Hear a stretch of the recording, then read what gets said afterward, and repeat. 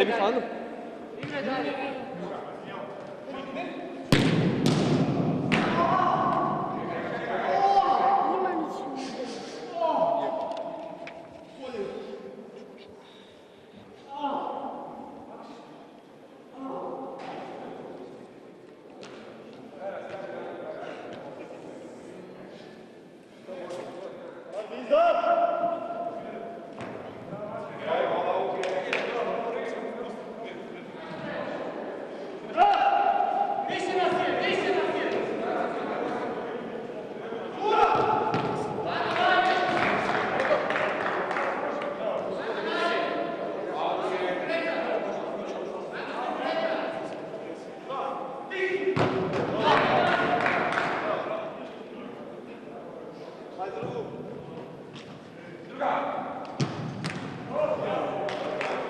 Šta se fula?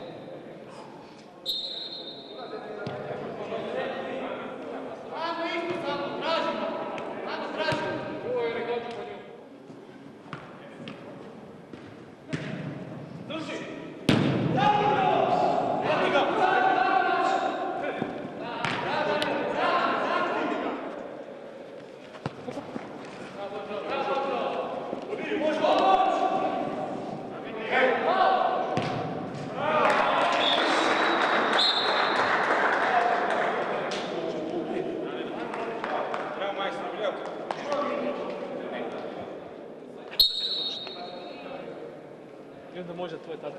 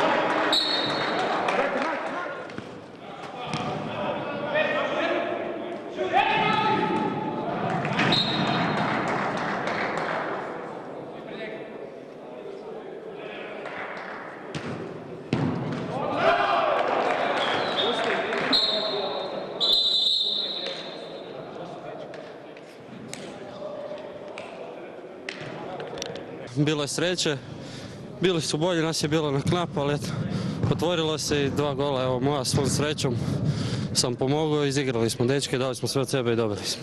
Evo, kakav je osjećaj igrati sa jednom veličinom poput Edina Mujčina, koji je danas isto pomagao na terenu kao u onim slavnim danima? Osjećaj je čudo, vidi se da bez obzira na godinu još uvijek ima potez, da je opravdano bio jedan od boljih igrača u Dinamu. Ostali smo bez snage na kraju, malo je kratka bila klupa, nismo imali dobre adekvatne izmjene i evo na kraju to rezultiralo, iskusnija ekipa je na kraju ipak pobjedila. Ali još praktički nije niti gotovo jer možete imati visoki plasman, možda i lakši protivnik.